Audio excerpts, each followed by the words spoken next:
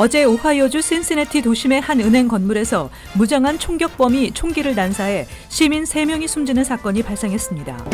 다음 주부터 이민 신청 서류가 불충분할 경우 사전 절차 없이 곧바로 기각 처리를 당할 수 있습니다. 우리 민족의 최대 명절 추석을 앞두고 뉴저지에서 추석 대잔치 행사가 개최됩니다. 뉴욕시 저소득층 주택 소유주들의 재산세 부담이 지난 10년 동안 2배 가까이 증가했습니다. 롱아일랜드 레일로드는 올해 신호체계 고장이 빈번하게 발생하면서 정시 도착률이 19년 내 최악을 기록했습니다. 이상은 이 시각 주요 뉴스입니다. 시청자 여러분 안녕하십니까? KBN 뉴스입니다. 어제 오하이오주 신시내티 도심의 한 은행 건물에서 무장한 총격범이 총기를 난사해 시민 3명이 숨지는 사건이 발생했습니다. 범인은 현장에서 사망했습니다. 어제 오전 9시 10분쯤 신시내티 시내의 피프트 서드 은행 건물 앞에서 괴한이 총을 쏘아 시민들이 건물 앞 파운틴 광장 쪽으로 몰리면서 도심이 한순간 아수라장이 됐다고 AP통신은 전했습니다. 총에 맞은 시민 3명 중 1명은 현장에서 사망하고 2명은 신시내티 대학 메디컬 센터로 옮겨졌으나 사망한 것으로 전해졌습니다. 신시내티 경찰국에 따르면 총격범이 은행 건물 로비에 들어가 경찰관들과 총격전을 벌였고 총격범은 스스로 목숨을 끊었는지 경찰관의 총에 맞아 숨졌는지 확인되지 않고 있습니다. 총격 사건이 난 건물은 은행 외에 유명 아이스크림 가게와 페이스트리, 샌드위치 가게 등이 몰려 있어 유동 인구가 많은 곳입니다. 은행 건물 앞 파운틴 광장은 평소 음악회 등 행사가 많이 열리고 푸드 트럭이 많아 시민들이 즐겨 찾는 곳으로 알려져 있습니다. 이민 신청 서류가 부족하거나 기준에 못 미친다 하더라도 이민 서류 제출자에게 주어지는 2차 기회가 더 이상은 없게 됩니다. 다음 주부터 이민 신청 서류가 불충분할 경우 사전 절차 없이 곧바로 기각 처리를 당할 수 있어 주의가 요구되고 있습니다. 연방이민서비스국은 11일부터 이민 신청 서류를 심사할 때 서류가 누락되거나 불충분할 경우 보충 서류 요청 또는 사전 기각 경고 등의 과정을 밟지 않고서도 즉시 기각 처리시킬 수 있는 규정을 본격 시행한다고 어제 밝혔습니다. 이민심사관들은 보다 강화된 재량권을 갖고 다음 주부터 접수받은 이민 서류가 심사 기준에 미치지 못하거나 증빙 서류가 부족하다고 판단될 경우 곧바로 거부 판정을 내릴 수 있게 됐습니다. 새 지침은 영주권 신청서나 이민청원서 등 영주권 관련 서류뿐 아니라 취업비자 등 비이민 서류에도 동일하게 적용됩니다. 다만 불법 체류 청소년 추방 유예 프로그램 신규 갱신 신청의 경우 제외됩니다. 이민서비스국은 이민심사관들에게 불충분하고 부적합한 신청 케이스를 즉시 기각시킬 수 있는 재량권을 부여함으로써 이민 업무가 더욱 신속 처리될 수 있게 될 것이라고 전했습니다. 그러나 이민자 커뮤니티는 이번 규정이 시행되면 이민 신청자들이 무차별적으로 이민 신청 케이스를 기각할 소지가 있다며 강력히 반발하고 있습니다. 우리 민족의 최대 명절 추석을 앞두고 뉴저지에서 추석 대잔치 행사가 개최됩니다. 행사를 주최하는 뉴저지 한인회는 고국의 정취를 흠뻑 느낄 수 있는 공연과 다양한 행사를 준비하고 있다며 한인들의 참여를 당부했습니다. 보도에 지한샘 기자입니다. 민족 최대 명절인 추석과 가을의 정취를 즐기기 위해 뉴저지 한인회가 매년 개최해오고 있는 추석맞이 대잔치가 올해 17회째 행사를 개최합니다. 뉴저지 한인회는 올해 행사는 어린 한인 학생들이 행사에 적극 참여한다며 이번 행사가 한인 이민 1세와 2, 3세 그리고 타민족 간의 화합의 장이 되길 기대한다고 말하고 이번 대잔치를 성공적으로 치르기 위해 준비에 더욱 힘쓰겠다고 밝혔습니다. 함께 와서 직접적으로 참여할 수 있는 그런 행사들이 많이 준비가 되어 있습니다. 그래서 많이 참여해 주시고 그리고 제17회까지 올 수 있도록 후원을 해주신 모든 그 스폰서해 주신 지상사들 또 기업들 그리고 개인들 모두에게 이 자리를 빌어서 감사를 드립니다.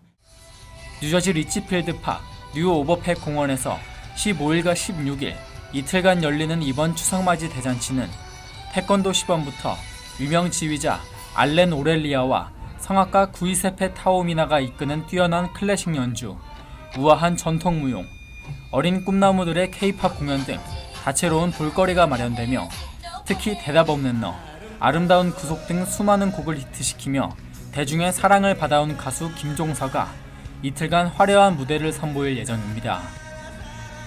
또 풍성한 먹거리와 미주 한인 경찰협회가 마련한 경찰 체험 박람회, 전통 문화체험, 어린이 한복 패션쇼 등 다양한 행사가 준비돼 추석 분위기를 한껏 끌어올리게 됩니다. KBN 뉴스 지한샘입니다. 뉴욕, 뉴저지 일원 한인은행들이 오는 24일 추석을 앞두고 무료 송금 서비스를 실시합니다. 개인 계좌 고객들에게 송금 수수료가 면제되며 일부 은행들은 CD와 적금 등의 계좌만 둔 고객에게는 서비스를 제한하고 있습니다. 한인은행들은 2018년 추석맞이 무료 송금 서비스의 일정과 송금 한도액, 송금 가능 국가 등을 어제 공지했습니다. 가장 먼저 무료 송금 서비스를 실시하는 노아은행은 10일부터 21일까지 송금 액수와 송금 국가에 제한 없이 무료 송금 서비스를 제공한다고 밝혔습니다. 뱅크 오브 홉은 14일부터 24일까지 열흘 동안 한국과 홍콩, 중국, 베트남, 타이완 등 5개국에 보내는 송금에 한해 액수 제한 없이 송금 수수료를 면제합니다. 뉴뱅크는 15일부터 무료 송금 서비스를 실시해 24일까지 진행하며 이 기간 중 한국으로 보내는 1인당 $3,000까지의 금액에 한해 송금 수수료를 받지 않습니다. 한미은행과 메트로시티, 퍼시픽시티, 우리아메리카, 신한아메리카, 뉴밀레니엄 등 6개 은행은 17일부터 무료 송금 서비스를 실시합니다. 이들 은행 중 메트로시티 은행과 우리아메리카 은행을 제외한 4개 은행은 송금 액수에 관계없이 송금 수수료를 면제하며 메트로시티 은행은 1인당 $1,000, 우리아메리카 은행은 1회당 $3,000, 총 2회까지 송금 수수료를 면제한다고 밝혔습니다. 뉴욕과 플로리다 고교생의 학부모들이 지난 8월 치러진 SAT에 아시아에서 실시된 SAT 시험 문제가 중복 출제돼 학생들이 피해를 입었다며 칼리지 보드를 상대로 소송을 제기했습니다. 맨하탄에 본사를 둔 로펌 널스바움 로우 그룹과 플로리다 고교생의 학부모는 지난 8월 치른 SAT에 한국과 중국 등 아시아에서 실시된 SAT 시험 문제가 중복 출제돼 피해를 봤다며 각각 뉴욕과 플로리다 연방지법에 칼리지 보드를 상대로 소송을 제기했다고 워싱턴 포스트가 어제 보도했습니다. 이들은 칼리지 보드가 시험 문제를 재활용해 중복 출제함으로써 신용 의무를 위반했지만 잘못을 인정하지 않고 책임을 회피하고 있다고 지적하면서 학생들에 대한 피해 보상을 요구했습니다. SAT 시험 문제 중복 출제 논란은 지난 8월 25일 치러진 SAT 시험의 문제가 지난해 10월 한국과 중국 등 아시안 국가에서 실시된 국제 SAT 문제와 동일하다는 문제 재활용 의혹이 제기되면서 시작됐습니다. 특히 일부 학생들이 시험 문제가 시험일 이전에 사전 유출됐다는 증거 사진을 SNS에 게재하면서 논란이 확대되자 칼리지 보드는 진상조사에 착수하겠다고 밝힌 바 있습니다. 한편 이번 소송에 대해 칼리지 보드는 아무런 언급을 하지 않고 있습니다. 월스트리트저널이 실시한 올해 미국 대학 평가에서 아이빌리그 하버드 대학이 지난해에 이어 다시 1위를 차지했습니다. 예일대와 브라운 대학은 지난해보다 좋은 평가를 받아 3위와 7위를 기록했습니다. 월스트리트저널이 학생들의 진로, 졸업 후 연봉과 성과 40%, 대학원 아카데미 자원 30%, 학생 참여도 20%, 학생 교직원의 다양성 10% 등을 토대로 한 올해 미국 상위 50개 대학 평가에서 하버드 대학이 2년 연속 1위를 기록했습니다. 2위는 매사추세츠 공대, 3위 예일대, 4위 컬럼비아, 그리고 캘리포니아 공대가 5위, 스탠포드대 6위, 브라운대와 듀크대가 공동 7위, 프린스턴대 9위, 펜실베니아 대학 10위 등의 순으로 조사됐습니다. 지난해 6위를 차지했던 예일대는 3위로 뛰어올랐으며 브라운 대학은 4계단 상승해 7위를 기록했습니다. 지난해 12위에 랭크됐던 코넬 대학은 1계단 하락해 상위 10위권 밖으로 밀려났습니다.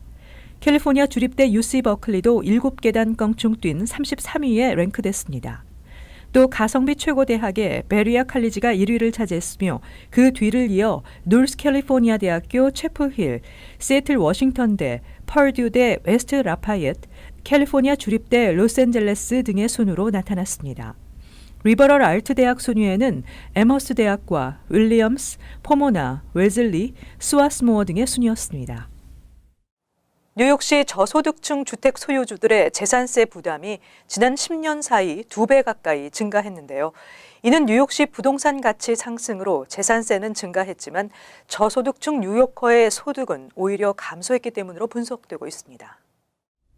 뉴욕시 연소득 5만 달러 미만 저소득층 주택 소유주가 부담해야 하는 중간 재산세는 3,849달러로 지난 2005년 1,940달러보다 무려 98.4% 증가했다고 뉴욕시 감사원이 어제 보고서를 통해 발표했습니다. 소득 대비 재산세 부담도 12.7%로 10년 전보다 2배가 증가했으며 다른 모든 소득 구간의 재산세 증가폭보다 커 불공정 지적까지 받았습니다. 이와 관련해 시 감사원은 지난 10년 동안 뉴욕시의 부동산 가치 상승으로 재산세가 증가한 반면 연소득 5만 달러 미만 저소득층 뉴요커의 소득은 오히려 0.8% 감소했기 때문으로 분석했습니다. 한편 시 감사원은 저소득층의 재산세 부담을 줄여주기 위해서는 보다 실질적인 재산세 공제 혜택 확대와 증액이 필요하다고 지적했습니다. 뉴욕시에서 재산세 부담 증가율이 가장 적은 소득 구간은 25만 달러에서 50만 달러로 10년 전에 비해 11% 증가폭을 보였고 100만 달러 이상 소득이 있는 경우 재산세 부담은 44% 증가했습니다. 이와 함께 롱아일랜드와 웨체스터 카운티의 재산세 부담도 10년 동안 크게 증가한 것으로 나타났습니다. 롱아일랜드의 경우 연소득 5만 달러 미만 저소득층이 부담한 중간 재산세는 10년 사이 1,944달러가 늘어 8,205달러를 내며 웨체스터 카운티도 10년 전보다 2,238달러가 늘어 연소득 5만 달러 미만 저소득층이 부담한 중간 재산세는 6,979달러인 것으로 나타났습니다. 롱아일랜드 레일로드는 올해 신호 체계 고장이 빈번하게 발생하면서 정시 도착률이 19년 내 최악을 기록했습니다. 그러나 이 같은 열차 운행 차질은 롱아일랜드 레일로드 제3회 노선이 완공되는 오는 2020년까지 지속될 것으로 예상되고 있습니다. 지난 8월 롱아일랜드 레일로드 열차 정시 도착률은 89.9%로 지난해 같은 기간 93.1%보다 무려 4%가 줄어든 것으로 조사됐으며 이는 지난 19년 동안 가장 낮은 수치를 기록한 것이라고 뉴욕시 감사원이 발표했습니다. 승객들은 매일같이 반복되는 열차 운행 차질로 인해 출퇴근 시간에 큰 혼잡이 빚어지면서 즉각적인 대책 마련을 촉구하고 나섰지만 뉴욕 주정부는 근본적인 대책을 마련하지 못하고 있는 실정입니다. 이처럼 정시 도착률이 낮아진 이유로는 철로가 낙뢰를 맞는 등 사고로 신호 체계가 고장이 빈번하게 나면서 열차 운행에 지장을 받은 것으로 보고 있습니다. 롱아일랜드 레일로드 열차 운행의 지연, 취소 사태는 제3회 노선이 완공되는 2020년까지 지속될 것으로 예상되고 있습니다. 한편 앤드루 쿠오모 주지사는 2020년에 완공될 예정인 플로럴 파크와 힉스빌을 잇는 10마일 구간의 제3회 롱아일랜드 레일로드 노선이 전체 승객 중 40%를 수용할 수 있어 불편이 다소 해결될 것으로 예상된다고 밝혔습니다. 뉴저지주가 수돗물의 수질 감시 항목을 추가하고 기준치를 마련해 수질 검사를 강화했습니다.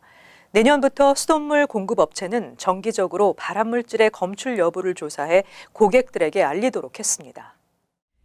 뉴저지주 환경보호국은 수돗물 감시 항목에 인체에 해가 될 수 있는 발암물질인 과부라 옥산탄 PFOA를 추가하고 수돗물 최대 함유량을 13ppt로 제한하기로 했습니다.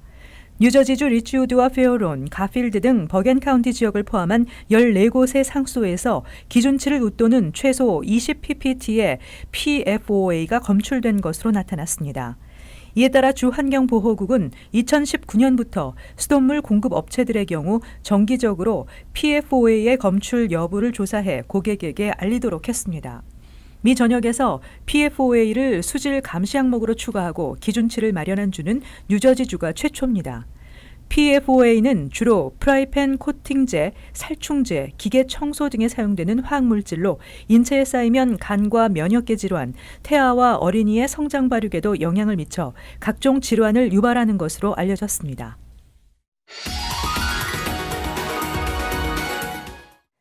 이어서 LA 지역 한인사회 소식입니다.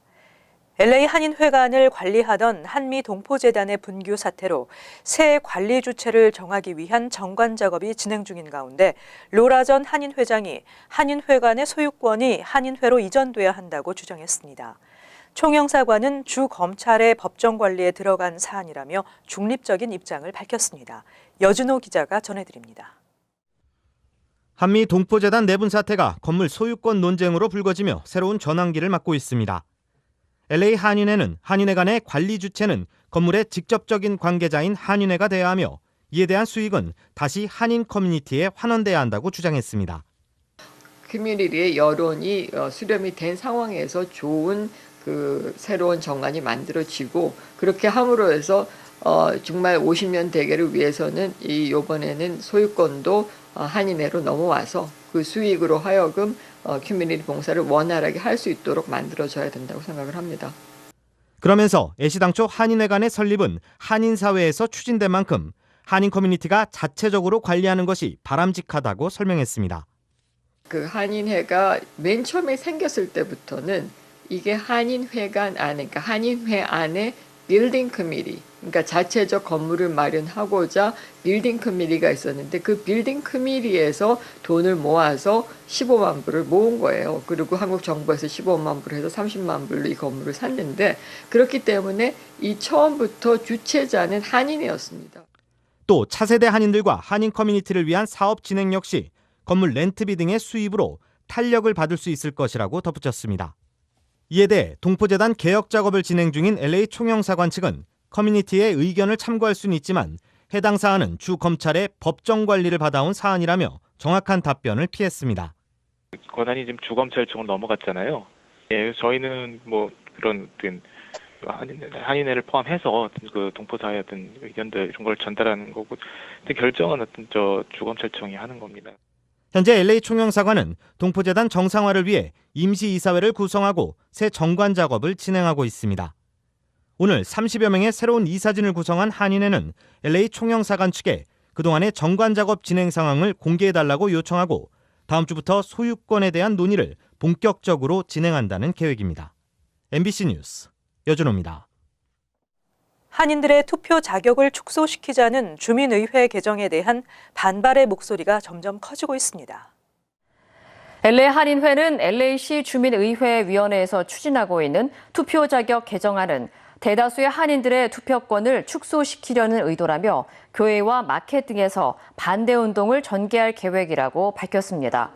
서명운동은 주민의회 CIS의 정의에서 한인타운과 같이 소수민족으로 구성된 특수지역은 기존과 같이 해당 지역구 의회에서 투표 자격을 정하게 해달라는 내용을 골자로 10,000명의 서명을 목표로 하고 있습니다.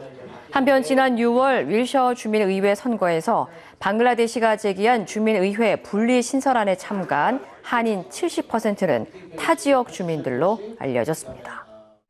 이어서 간추린 소식입니다. 카를로스 멘차카 뉴욕시 의원은 뉴욕주 정부기관들과 아이스의 모든 업무 계약을 금지시키는 내용의 조례안을 상정했습니다. 최근 뉴욕시경과 아이스가 업무 계약을 체결한 사실이 드러난 데 따른 방안입니다. 멘차카 시의원은 뉴욕시 정부가 이민자 보호도시를 선언했음에도 아이스와 계약을 맺고 활동을 지원하는 것은 적절하지 않다고 말했습니다. 빌 드블라지오 뉴욕시장은 이번 조례안을 지지한다고 밝혔지만 뉴욕시의 치안을 위해서는 보다 많은 협의가 필요하다고 말했습니다. 뉴욕주 검찰청은 어제 아동 성학대 조사의 일환으로 뉴욕주 내 8개 가톨릭 교구에 소환장을 발부했다고 밝혔습니다. 이 같은 조치는 지난달 펜실베니아주 검찰이 소집한 대배심이 1940년부터 70년 사이 수백 명의 성직자가 1,000명이 넘는 어린이를 성적으로 학대했다는 가톨릭 성직자 아동 성범죄 실태조사 결과를 발표했기 때문입니다. 뉴욕주 검찰은 누구라도 관련된 내용을 아는 사람은 핫라인을 통해 신고해달라고 당부했습니다. 지난 4일 실시된 매사추세츠주 연방하원 제3지구 민주당 예비선거 결과 단 52표 차이로 2위에 오른 한인 데니엘 고 후보가 재검표를 요구하고 나서 결과가 주목되고 있습니다. 데니엘 고 후보는 개표 결과 18,316표를 획득해 경쟁자 로리 트라한 후보에 이어 초박빙의 2위를 기록했습니다. 현지 언론들은 연방하원 제3지구에서 수백 장의 임시투표지에 대한 개표 집계가 이루어지지 않아 결과가 얼마든지 바뀔 가능성이 있다고 전망하고 있습니다. 트럼프 행정부가 2014년 소니 픽처스 해킹 사건을 비롯한 북한의 사이버 공격에 대해 처음으로 제재를 단행했습니다. 미 재무부는 북한 국적의 해커 박진혁 씨와 회사 조선 엑스포 합영 회사를 독자 제재 명단에 올렸다고 발표했습니다. 재무부는 컴퓨터 프로그래머인 박 씨가 북한 정부 또는 노동당을 대신해 해외 타깃을 향해 사이버 보안을 훼손하는 중대한 활동에 관여했다고 밝혔습니다. 이와 함께 미 법무부는 박 씨를 소니 픽처스 해킹 등 혐의로 기소했습니다. 계속해서 환율과 증권 소식입니다.